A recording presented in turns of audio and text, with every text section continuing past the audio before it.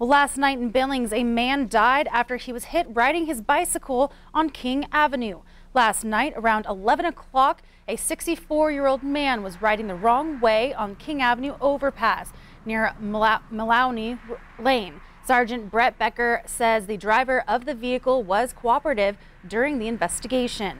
The police had the road closed in both directions and reopened the road at 4:45 this morning. Today in Montana, the Montana Highway Patrol cleared several crashes on Interstate 90 east of Lockwood. Trooper Ben Catchcase responded to a report of a semi-crash around 6:45 a.m. on eastbound I-90 at mile marker 472.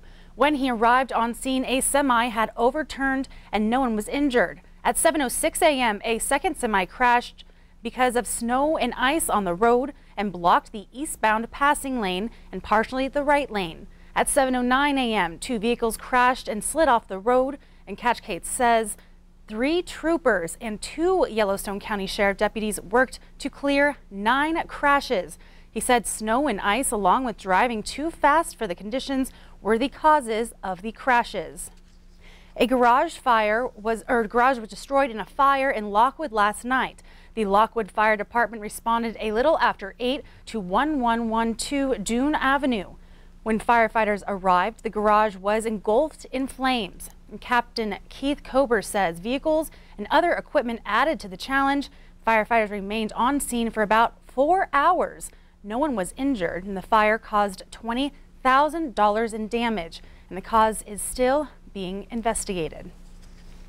Well, 2 weeks ago, the Big Sky Fire Department made their way down to California to help contain the wildfires, and now they are back. MTN's Medeiros Babb talked with 2 of the crew members who were eager to help and now very happy to be home.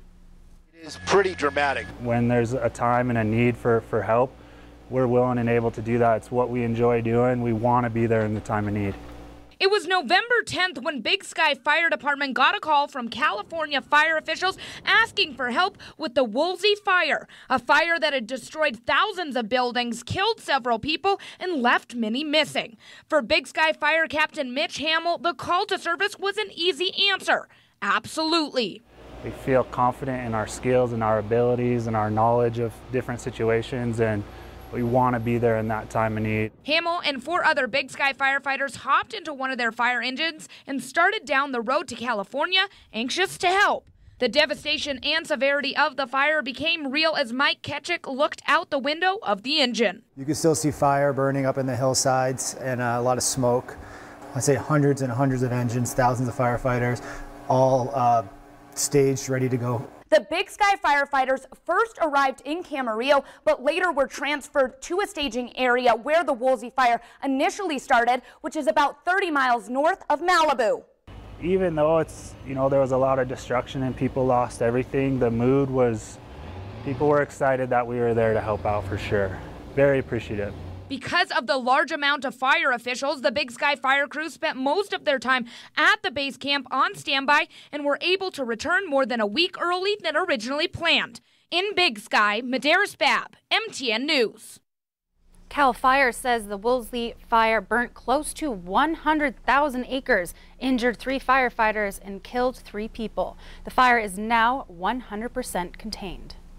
Montana's general big game hunting season wrapped up today. MTN's Jonathan Ambarian visited a game check station where state biologists gathered important information about what hunters have seen this year.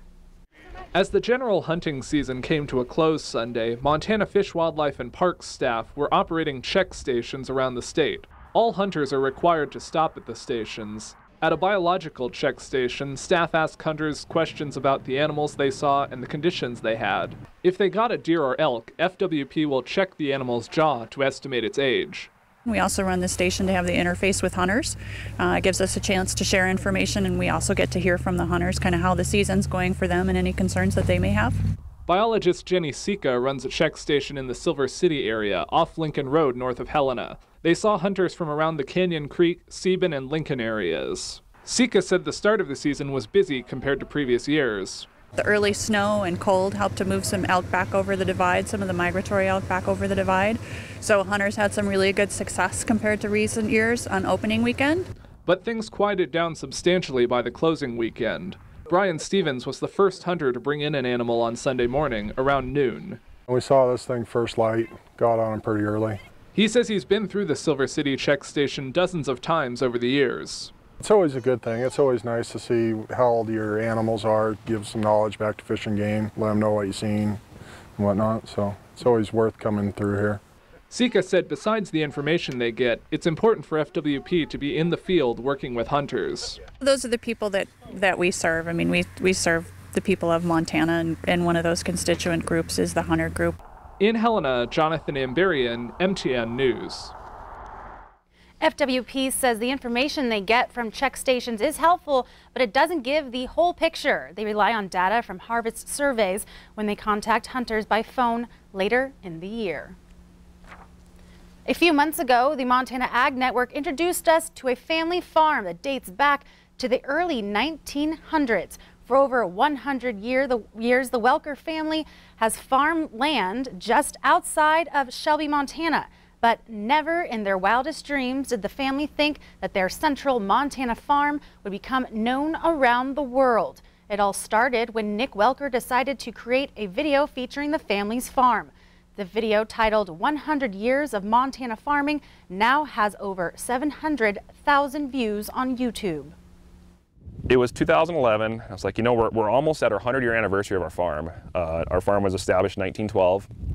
And I was like, I would love to make a video of our farm for a 100-year anniversary. And I didn't know where it was going, but I just kept doing it. However, it's not just YouTube numbers that have caused the farm to become so popular. They've been featured on National Geographic Channel, RFD TV, Progressive Farming Magazine, Norwegian Magazine Tractor, and most recently on Farming Simulator 17. Later tonight, the Montana Ag Network's Jason Laird gives us an update on the farm and their viral journey around the world.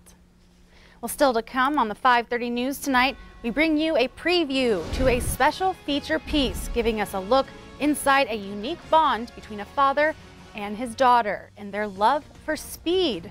And later in sports, the Cats passed their first playoff test. Now they face the biggest one in the country. MSU talks NDSU coming up.